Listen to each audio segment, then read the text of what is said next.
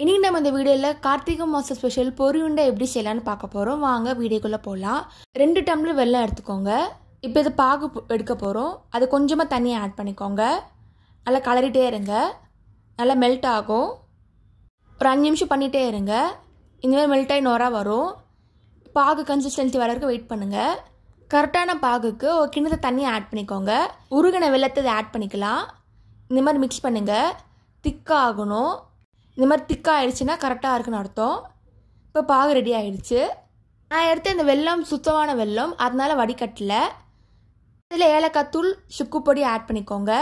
1 spoon நெய் add பண்ணிக்கலாம். நல்லா மிக்ஸ் பண்ணிக்கோங்க. இந்த டைமில் பொரி ஆட் பண்ண போகிறோம். பொரி வந்து 5 கப் எடுத்திருக்கேன். 2 கப் வெல்லத்துக்கு நான் 5 கப் பொரி எடுத்திருக்கேன். நல்லா மிக்ஸ் பண்ணிக்கோங்க. சூட்லேயே நல்லா ஒட்டிக்கும். இப்போ மிக்ஸ் பண்ணியாச்சு. கேஸ் ஆஃப் பண்ணிக்கோங்க.